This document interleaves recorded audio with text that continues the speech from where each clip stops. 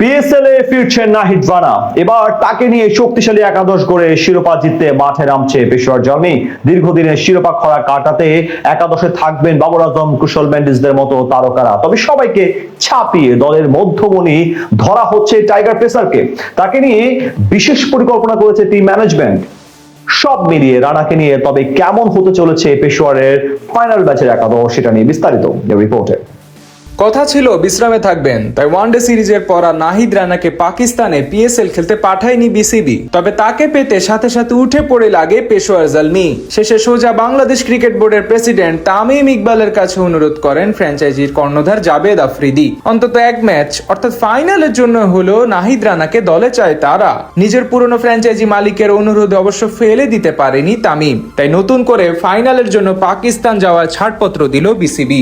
এবার নাহিদ রানাকে নিয়ে একাদশ সাজানোর পরিকল্পনা করছে পেশোয়ার জালমি। সবশেষ কয়েক আসরে শক্তিশালী দল গড়লেও তেমন ভাবে সুবিধা করতে পারছিল না ফ্র্যাঞ্চাইজিটি। কিন্তু এবারের আসরে নাহিদের দুর্দান্ত পারফরমেন্সের উপর ভর করে এই টুর্নামেন্টের ইতিবাচক শুরুর দেখা পায় হলুদ জার্সিধারীরা। আসরে 4 ম্যাচ খেলে সবগুলোতেই অসাধারণ পারফরমেন্স করে দলকে জয় এনে দেন রানা। তাই তো তাকে নিয়ে ফাইনালের একাদশ সাজানোর প্ল্যান করছে টিম ম্যানেজমেন্ট। এই ম্যাচে তাদের ওপেনার হিসেবে থাকবেন ফর্মের তুঙ্গে থাকা অধিনায়ক বাবর আজম এবং মোহাম্মদ হারিস। গেল এক সপ্তাহে 2বার সেঞ্চুরির দেখা পেয়েছেন বাবর। আসর জুড়ে দুরন্ত সময় পার করছেন এই ব্যাটার, তাই ফাইনালে ক্যাপ্টেন্সির পাশাপাশি তাকে রাখতে হবে বড় ভূমিকা। তার সঙ্গী হিসেবে দারুণ খেলছেন আরেক Pakistani top order batter Mohammad Haris. সবশেষ ম্যাচে ইসলামাবাদ ইউনাইটেডের সাথে খেলেন 16 বলে 35 রানের এক ক্যামিও ইনিংস। 3 নম্বরে নামবেন ছন্দে থাকা লঙ্কান ডানহাতি ব্যাটার কুশল মেন্ডিস।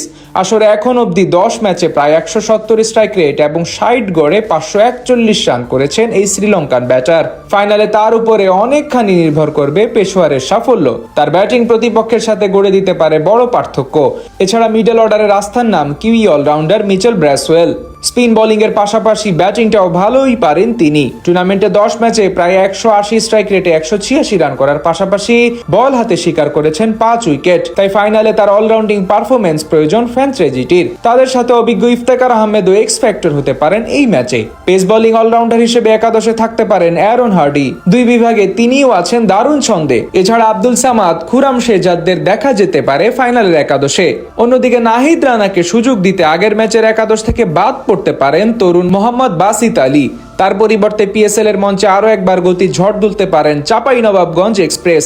প্রথম ধাপে আসরে 4 ম্যাচে 7 উইকেট শিকার করেছেন মাত্র 5.42 ইকোনমি রেট এবং 10 বোলিং গড়ে। পেশোয়ার জালমিকে টেবিলের টপে ওঠার ভিত মূলত গড়ে দিয়ে এসেছেন রানা। এবার তার কাছে সুযোগ তাদের ফাইনাল জিতিয়ে দীর্ঘদিন পর শিরোপা উপহার দেয়ার, যার জন্য অপেক্ষায় সকলে।